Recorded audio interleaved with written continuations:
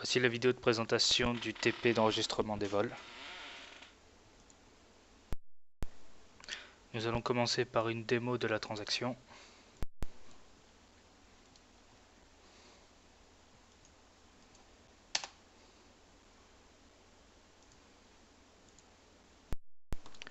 Concernant cet écran, on peut déjà préciser que le numéro du vol ainsi que les informations de départ et d'arrivée sont des informations obligatoires pour ce formulaire. Le numéro de vol est rendu obligatoire via la configuration de l'écran et les informations de départ et d'arrivée sont rendues obligatoires via le script du programme. On distingue 5 boutons propres à cette transaction. Le premier qui permet de d'enregistrer le vol. Le second qui permet de le modifier. Le troisième d'en afficher un. Le quatrième d'en supprimer. Et le cinquième est un bouton qui permet de réinitialiser complètement le formulaire en cas d'erreur ou autre. Le numéro de vol est un champ alphanumérique sur 3 caractères. Et étant donné qu'il a été rendu obligatoire via la configuration de l'écran, c'est le seul champ qui est obligatoire pour effectuer n'importe quelle action sur la page, donc à savoir l'une des 5 qui se trouve ici, ou également des options de retour, d'interruption ou d'annulation de la transaction. Si celui-ci n'est pas renseigné, on verra apparaître un message d'erreur en bas de la page qui précise qu'un champ est manquant.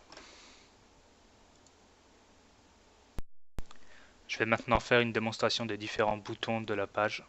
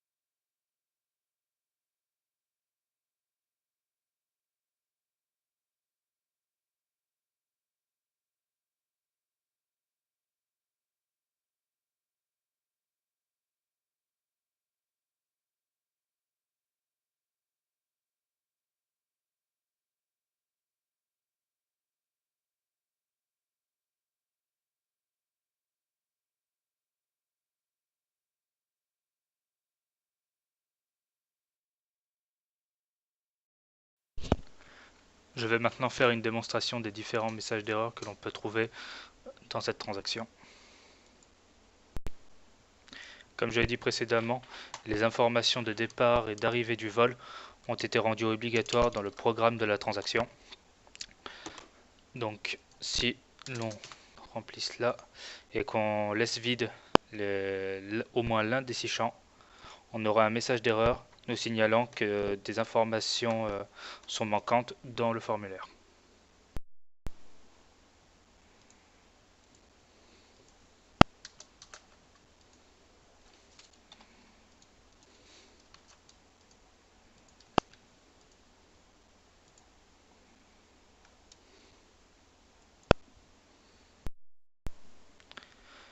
Ensuite, pour vérifier que ces 6 champs soient cohérents, des vérifications ont été mises en place. La première consiste à vérifier que la date de départ, la ville de départ ne soit pas la même que la ville d'arrivée. La seconde vérification consiste donc à vérifier que la date de départ ne soit pas supérieure à la date d'arrivée. Et dans le cas où la date de départ est égale à la date d'arrivée, vérifier que l'heure de départ ne soit pas supérieure à l'heure d'arrivée. Donc maintenant une petite démonstration de ces vérifications qui sont faites.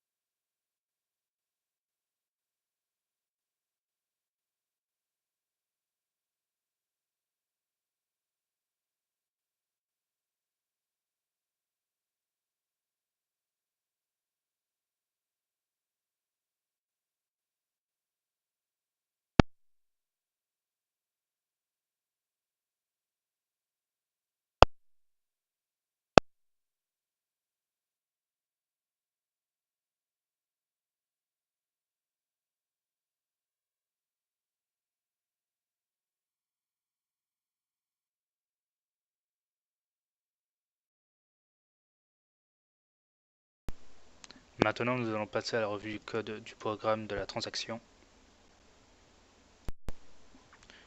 Donc le code est composé d'un switch case qui permet de gérer les actions sur les différents boutons de la transaction, ainsi que de deux sous-routines qui vont vérifier les règles de gestion qui ont été implémentées. Les deux sous-routines sont simplement composées de if qui feront donc apparaître un message d'erreur si jamais les conditions ne sont pas respectées.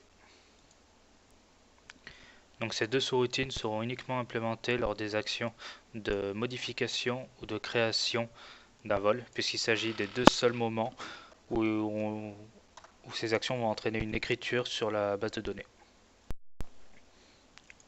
Le reste du code du programme est basé sur le TP, à l'exception de la partie refresh, où comme on le voit ici, on va réinitialiser toutes les valeurs, comme si on venait de lancer la transaction.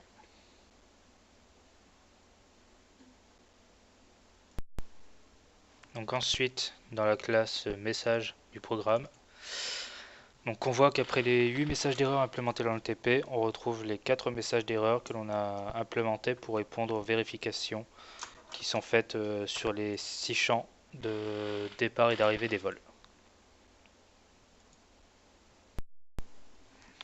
Et pour finir, c'est dans l'écran du programme que l'on peut voir que le champ de numéro de vol est obligatoire contrairement aux autres.